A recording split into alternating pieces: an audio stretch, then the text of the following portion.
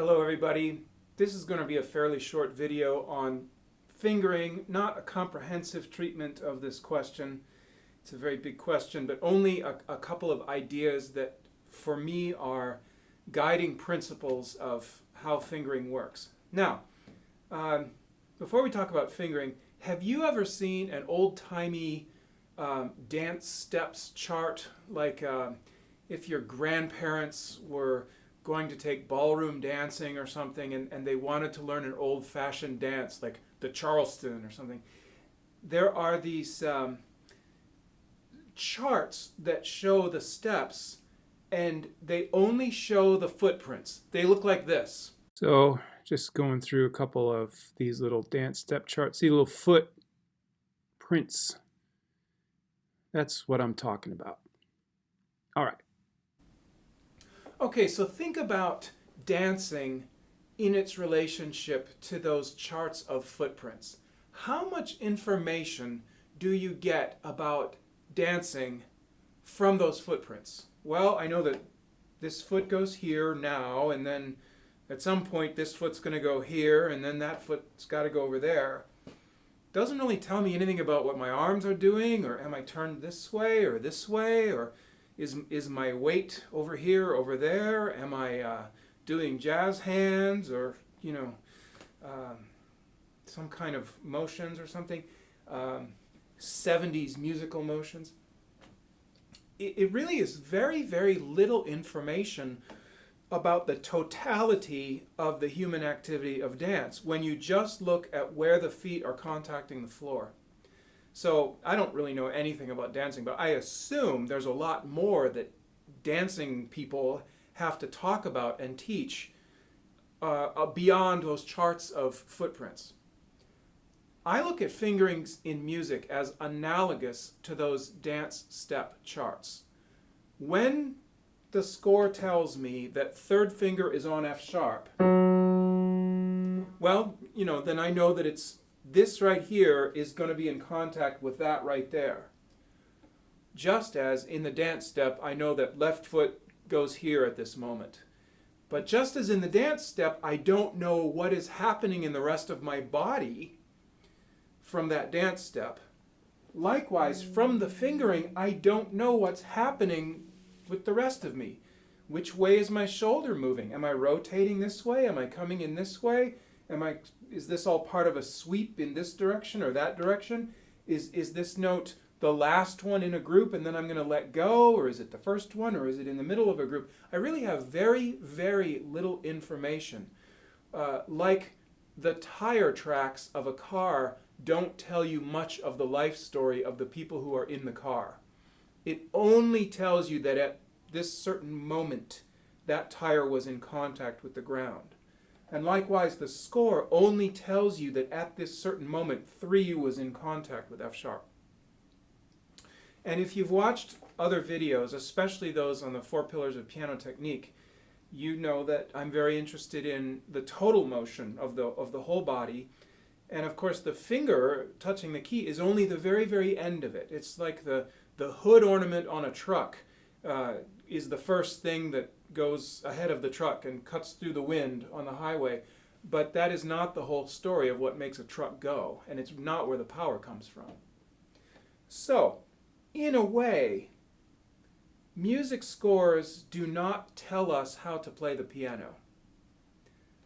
And really think about this. A printed music score is not a set of instructions how to move, how to do the motions of playing the instrument. Rather, it is a diagram of the sound, mostly.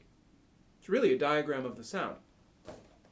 So when we go and do fingerings, what I really think is important is to think first about the motions and the groups and then derive the fingerings from those. So let's look at a couple of examples from obvious to less obvious. We'll start with an obvious one, the Chopin Etude in C, Opus 10, number 1. Let's take a look. Here we are with a cool, old-timey copy of Chopin Etudes. I just love these digitized scores. So anyway, here we are. And what we can see is that there is a very obvious group that the hand sweeps through these first four notes, does the same here an octave higher, again an octave higher, again. And there really is no other way to play that than to do it in the group that's given. A little later, I'm going to make the claim that you can always redistribute as you want to between the hands. And I've never thought of this before, but you could make this piece incredibly easy if you split all this up between the hands and cheated. The reason I wouldn't do that, in contrast to what I'm going to say later, is that Chopin actually understood that you could gain facility with these kind of crazy wide arpeggios if you learn the right kind of centering and grouping motions, and that actually they're not even that hard. So you really do get something from doing it his way that you don't always get in some composers with the way that they notate things and distribute them between the hands. So as we can see from the score and sort of imagine on the piano, there's really no other possible way to play this except a group of four sweeping through, and then another group of four, and then another group of four. So there's really no other choice. So this, in a way, is very easy. So therefore, just given the spread of my hand, it has to be 1, 2, 4, 5.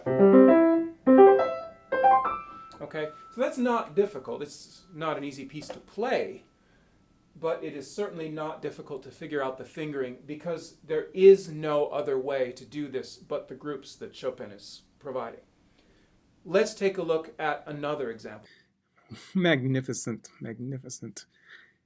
Look at those tiny little dots. What a tidy mind. What a precise mind. Look at that. Anyway, sorry. I just get into stuff like that. So if we go to the coda here, this last arpeggio,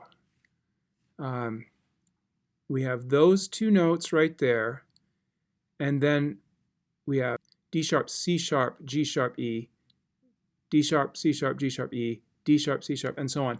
So that is actually the four-note group. It starts right there.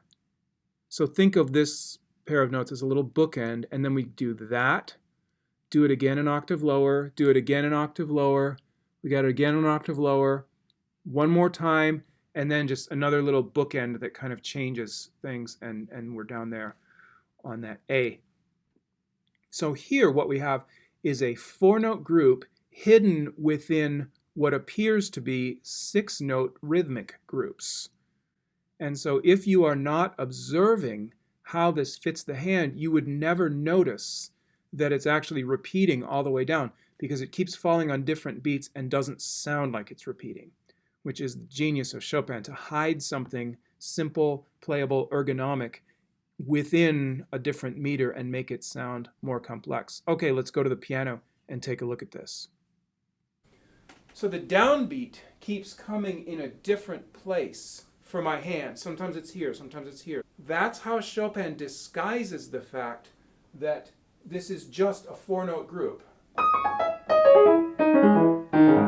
Just the same thing over and over again, but because of where it lies rhythmically, 1 and 2 and 3 and 1 and 2 and 3 and 1 and 2 and 3 and 1 and 2 and 3. It sounds more variegated, complex, and difficult than it actually is.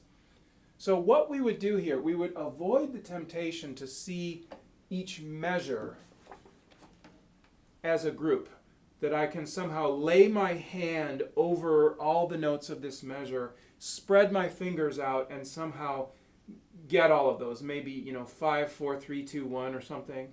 Then go here, spread my hand out over this measure and try to get it, spread my hand out over this measure and try to get it. The fact that we beam together like that is very deceptive, because that has nothing to do with how we play it physically. It only has to do with how it is organized metrically. Chopin took advantage of this and hid simple, elegant, ergonomically beautiful groups within stuff like that. So in my opinion, that's where we have to start, by finding these internal groups that are logical and ergonomic, that don't often match with the meter. That's very much the case in Chopin. And once we see what the groups are, the fingering is often quite easy. Now I'm going to show you something else. These are little sort of looping lines I've drawn, and what I mean by this is that when I draw a lasso around, that note's going to go to the left hand, and that note down there goes to the right hand. So I'm trading these notes between the hands through this passage. This is the Rachmaninoff transcription of the Bach. Sorry, where's the title page? There we go. Suite from the Partita. Wonderful, wonderful little piece. And before I commit to fingerings and groupings, I often will go through and ask if I want to redistribute some things between the hands. Now, I know that there are some people who think that this is sacrilegious, but I think it's very silly. You know, at least I'm not able to hear whether this note was played with a left hand or a right hand. I can't tell. Maybe you can. You're better than me, but I can't. What I can tell is if the pianist is at maximum facility and comfort and control or not. And that's what I'm in favor of, is maximum facility and comfort and control. And so if the music is laid out awkwardly on the page, before I try to do some kind of fingering, I'm going to ask, would this make sense if the left hand could take that note, and now the right hand is very free to do this thing up here, and now the right hand can handle these two half notes and the left hand can do the busy fast passage? Often these kinds of things will solve technical problems for you beautifully. And I just don't believe the idea that you have to play it exactly as the composer wrote, for the simple reason that I've composed a lot.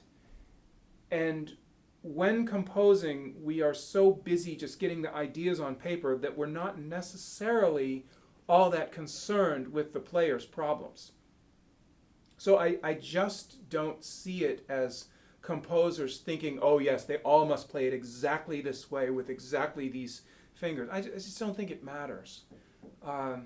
Also, never in my life have I been to a performance that was musical and beautiful and fluent, and the melodies were great, and it was a big line, and it was everything. But they switched some notes between the hands, and it ruined the evening. And I tore my program in half and stomped out and slammed the door of the concert hall. That's never happened to me, because that's not what music is about. So, again, just these two principles I find very helpful. One, look for groups, especially in the more pianistic composers who played very well, like Chopin, like Liszt. Less so with Schumann. Schumann, as we know, was very awkward at the piano. Certainly Mendelssohn or Saint-Saëns or somebody like that. You can trust them that there is probably some kind of logical grouping here. And then secondly, redistribute all you want. There's no merit in stretching to the point of hurting or of playing a passage not as well as you could. You know, I once read, someone said, Beethoven's music, we should never do that because it should sound difficult. The struggle to play is part of the art. And I kind of think, so it sounds better if it's falling apart and you can't quite get all the notes? I don't know, I just don't believe that. So anyway, these are the kind of two principles that I would start with. Maybe we'll pick this topic up later, say a little bit more about it, but I like to start with those. So, take care, practice well, see you next time.